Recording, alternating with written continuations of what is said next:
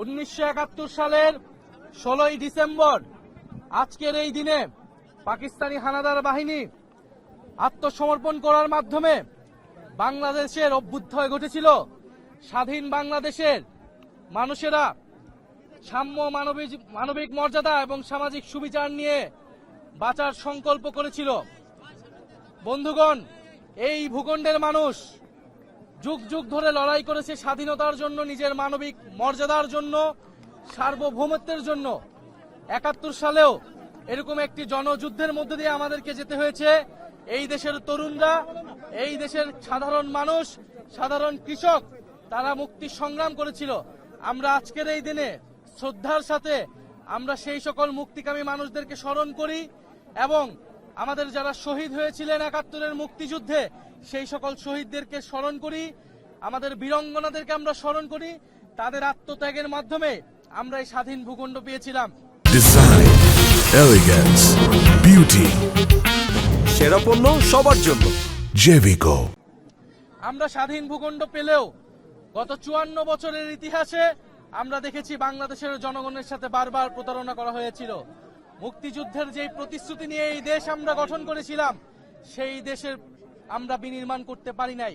এদেশে না সাম্য প্রতিষ্ঠা হয়েছে, না মানবিক মর্যাদা, না সামাজিক সুবিচার প্রতিষ্ঠা হয়েছে, বরঞ্চ এই দেশে ফ্যাসিবাদ কায়েম করা হয়েছিল। সেই ফ্যাসিবাদের বিরুদ্ধেই 2024 সালের গণ অভ্যুত্থান এবং গণবিপ্লব সংঘটিত হয়েছিল। আমরা মনে করি 47 থেকে 71, 71 থেকে 24 যে ঐতিহাসিক লড়াই এই বঙ্গ জনপদের মানুষ করেছে, সেই লড়াই উত্তরসূরি আমরা সেই লড়াইকে ধারণ করে সামনের দিকের বাংলাদেশ আমরা বিনির্মাণ করতে চাই।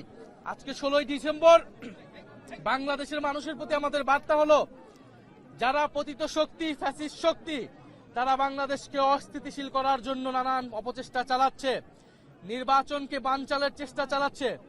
বাংলাদেশের মানুষ এখন চাই স্থিতিশীলতা, আইন শৃঙ্খলার স্বাভাবিক পরিবেশ। আমরা সরকারের প্রতি বারবার বলেছি, ওসমান হাদিকে যারা হত্যা করেছে, তাদেরকে যারা হত্যার চেষ্টা করেছে, গুলি চালিয়েছে, তাদেরকে এখনো গ্রেফতার করতে পারে নাই এই সরকার। আমাদেরকে আমাদের নিরাপত্তা নিজেদেরকেই নিশ্চিত করতে হবে।